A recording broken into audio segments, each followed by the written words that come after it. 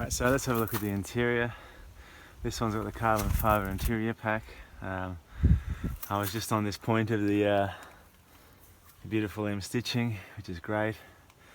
There's M seat belts, M finishing on the bucket seats. Look at these bucket seats, they're like nice, beautiful carbon fibre.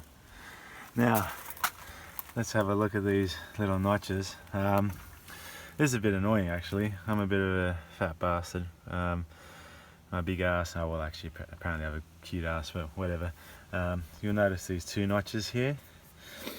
You literally have to get your nuts and bolts out and take this to the workshop if you want to get it a bit lower. The positioning, for me it's quite right, but yeah, that was a little bit of a surprise.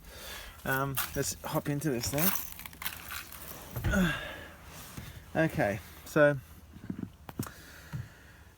little design niggles again. I think it was a Friday and these bastards wanted to go home. Look at the door handle and a door pull. What the fuck? One of the other guys, go and have a look at a GT3 RS or something, and or a Spider or whatever, you know, one of those special editions, and see how they do it properly.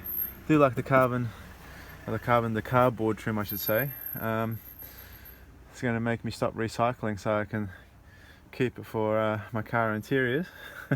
But yeah, nice piece of kit. Look at this little pieces of Alcantara on the door. That's always lovely. Stitching around the dash, good. Alcantara. They didn't make that carbon, which is great. This is all Alcantara. It's all nice touch. Carbon here on the gear shift.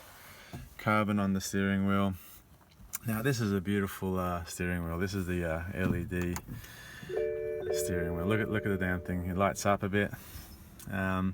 So if I turn it on, let me just surprise you guys. Oh, look at that. Nice. So I'm gonna. There's two buttons here. Yeah, there's one little button here, one little button there. You hold them tight, and then comes up with the some of the car specs. You know, you can put this in race mode. There's lap timers, fuel efficiency.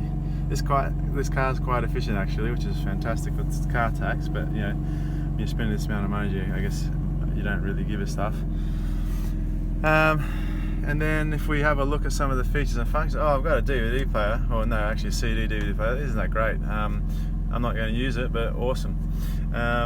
Manual air conditioning. Has air conditioning, saves weight, but still got air conditioning, which is fantastic. Digital radio, sat nav. It's got all the mods and cons, which is you know, sometimes you don't find, like in the last M3 GTS, none of this existed. It's even got the touch iDrive unit, which again is great. Bluetooth, where are we? Bluetooth and microphone.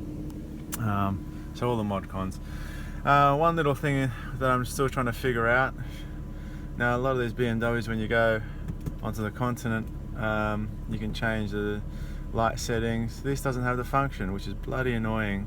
What does that mean? That means stickers on the front lights. Now why does this happen? Well, they try to stop the movement of these cars across borders, which I understand, but for fuck's sake, if you're trying to drive across the channel and you know, have to put stickers on your car, that's just piss poor. And I know they've done this before with the other M's, like the 1Ms and what have you, and it's just a bit unfair. So BMW, come on, you know, we're great customers, look after us.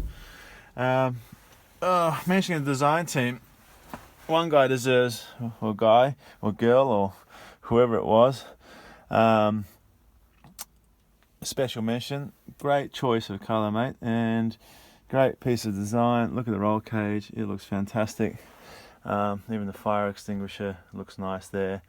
Oh look, it's telling me I can't put my briefcase at the back because I was going to drive this car to work. Oh, what a shame. And look, it's got two speakers at the back. Oh, sounds good. It does sound good actually, but you know, again, you don't give a rat's ass because all you want to do is hear the car. This is what the car looks like when you're driving from the rearview mirror. Look at that wing. It's pretty awesome. Nice rear leg room. Oh, hang on, there's no rear seats, but lots of room there to put your stuff. Now, why do I love this car so much? Oh, well, did I tell you I love it? Well, I do love it. you know, compared to say Porsches, which I also love, this car has a huge muscle car feel. Look at the stance that you see from the steering wheel. Like it just screams out mean. Even when you're driving, it's got that muscle car feel. It's leery and scary, and I just love it. Yeah, good, really good, holistic mix of features on this car and feel. Little niggles, like I said.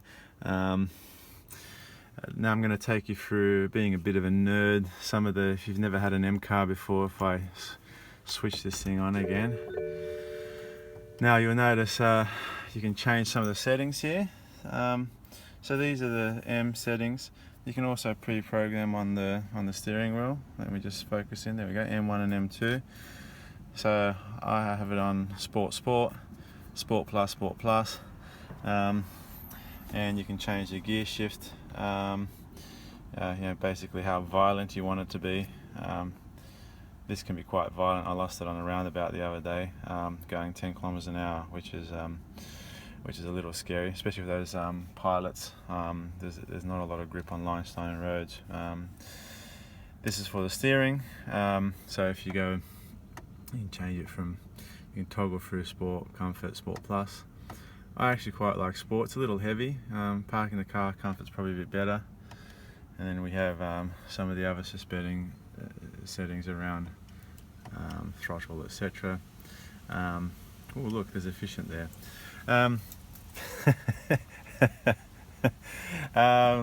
How do you actually drive this car? Well, reverse, neutral, drive.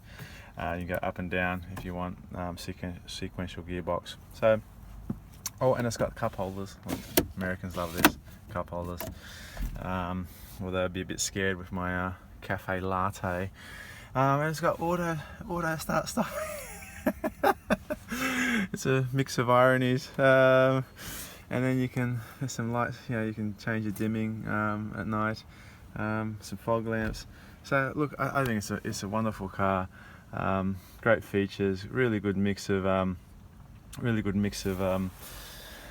how should I say, design elements, and it doesn't feel too big or too small, and I love how it feels. We're going to go for a drive a bit later.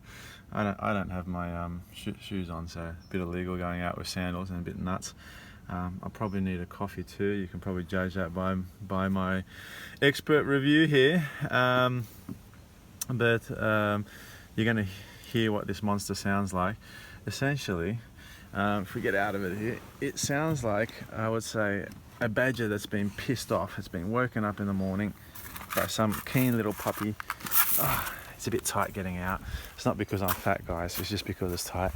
Yeah, so it just sounds mean, and best way to experience that is to actually drive it and so you can hear it, rather than me trying to rev it like a knobhead in the driveway. But just look at that stance. Thanks for listening.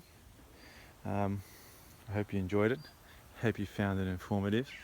I'll do a few more of these. There's a few more toys and friends who have some of these vehicles, or these type of vehicles. But I'll leave you with this nice little gold paintwork of these carbon ceramics. Look, even the rear. Now, typically organisations skimp on the rear wheels, but these guys, they've done another great job. So, well done, BMW, and thank you for doing this. Whoever sat down in that drawing room and said, we need a crazy ass GTS in M4, guys, well, you know, have a beer on me.